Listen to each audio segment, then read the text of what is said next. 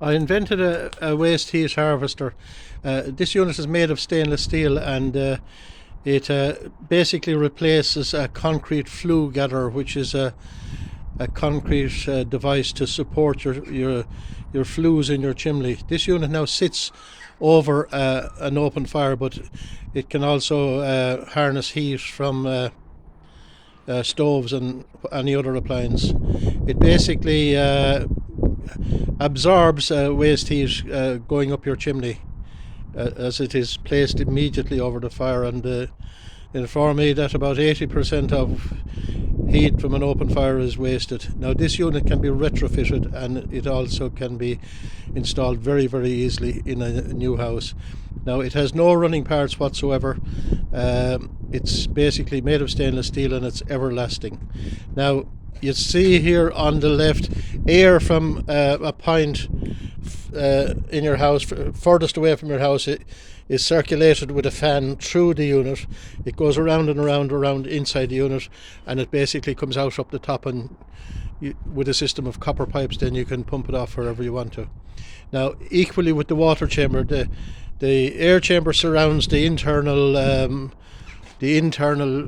chamber where the exhaust or the heat fumes travel, and then the air chamber surrounds that, and then the water chamber surrounds the air chamber. So water goes in here, and it goes around and around, similar to a back boiler, and it comes out the top. Now this particular pipe here goes all the way around to the back to basically to absorb as much heat as possible. Now when I invented this unit, I obtained an innovation voucher from Enterprise Ireland to carry out some tests on it, and LIT were they're basically the only crowd in Ireland that can do testing on such a device. Now they're very, very simple testing, because I had already done testing at my own house with a Mickey Mouse thermometer. Now before the unit went into LIT, it was thrown outside at the back of my house, and whilst I was painting one day, white paint got splashed on the unit. It was on the outside of it, and on the outside of it, and also on the inside of it. But I cleaned the outside, and luckily I didn't clean the inside. So when the unit went into LIT for testing, then they had to light a fire under it, which they stated they'd done, and they produced a report. Now the report is dated actually the 31st of November, a date that does not exist, and it was in there for 12 months, and they were basically dilly-dallying. Now the guy doing the report, his only interest in it was in the patenting of this unit. Now it materialised later recently that he has a diploma in patenting, and he was trying to get me to change my design, and by changing my design that would have basically messed up my patent. But obviously his intention was to fuck up my idea basically. But anyway, a report was produced, and on paper this report was very good, as it had a 75% efficiency for the unit, and I took it on face value that it had been produced in good faith. So when I went in after the report was produced, I was getting fed up because it was in there for 12 months at the time, and I was getting fed up, so I decided to remove the unit from LIT. So I went in anyway to pick it up, and unannounced, and I was taken to the storeroom where it was, and I went to put it in my van, and whilst placing it in my van I turned it on its side,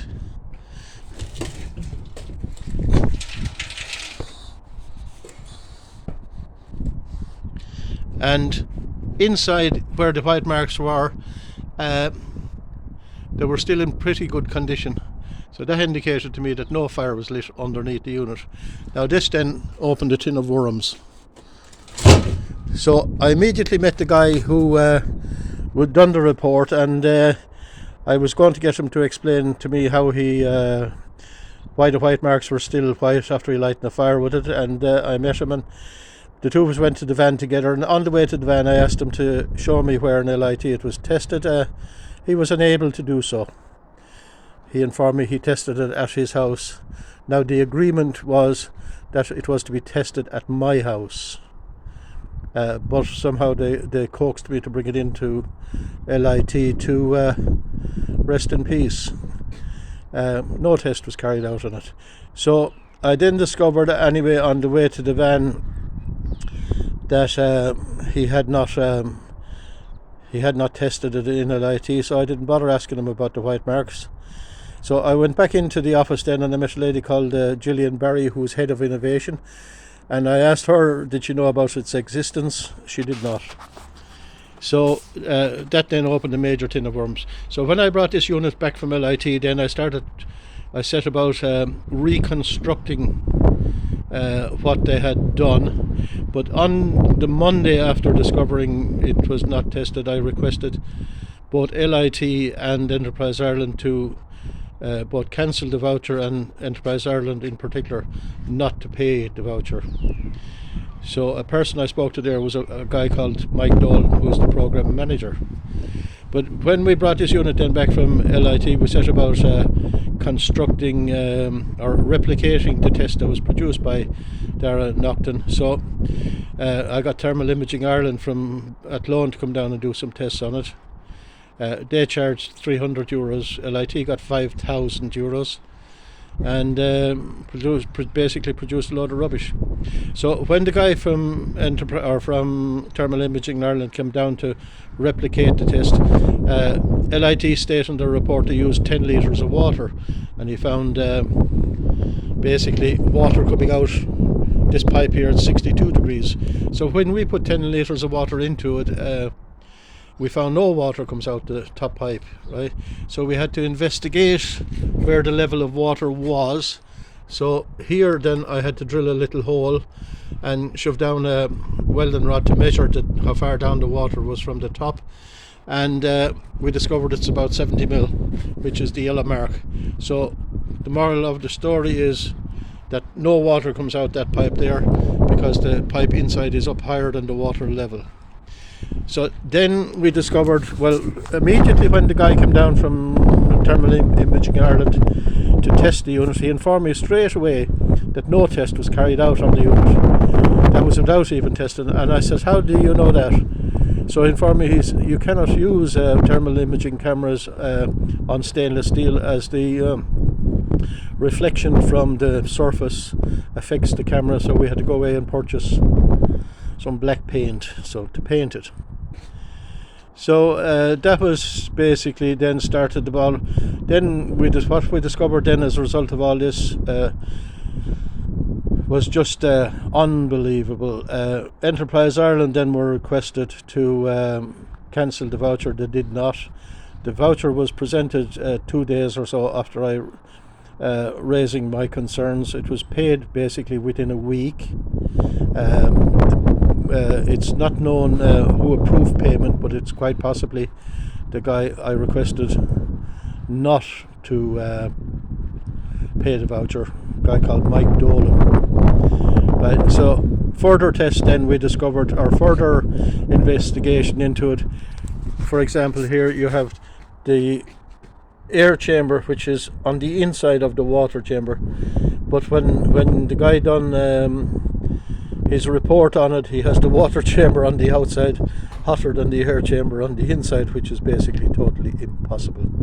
And then it just goes on and on and on and on, and it's all basically as a result of he basically produced a report without testing it, had no clue how it worked, and his only interest was in the patent. And then what has materialized then from that is unbelievable. Whilst I cannot prove my patent was interfered with, it is looking suspicious. So that's basically the moral of it. Patent has been granted anyway, to make a long story short, and the Enterprise Ireland and the HEA are involved in this, Enterprise Ireland are involved in it, the LIT are involved in it. Simon Harris, the Minister over Higher Education, has ignored me now for 9 months. The Minister English over Enterprise Ireland has has also, I wouldn't say ignored me, but he has not listened to any concerns and took on board everything that Enterprise Ireland produced and nothing that I've produced. So that's about it. As I say, there's about this replaces a concrete flue support. Now there's about 2,500 to 3,000 of these concrete devices made every year in Ireland. This unit does actually not exist in the world, and as I say, I have recently been had the patent approved. Now, as I said, the author of the report had a diploma in patenting, and he tried to unsuccessfully to get me to change my design, which would have rendered my patent useless. That now to me is seen as a deliberate plan. Now I've had to go to Northern Ireland to get a solicitor because I discovered my own solicitor was, we'll say, interfered with, for the use of a better word, by LIT, and it just goes on and on and on. I'm making good progress on it. I've been protesting outside LIT on numerous occasions. I protested outside the previous minister's office. I have intentions to protest outside Dáil Éireann when blah blah is restrictions are lifted. Also Enterprise Ireland and also the HEA. So that gives you a kind of a little understanding of the setup. Okay, thanks.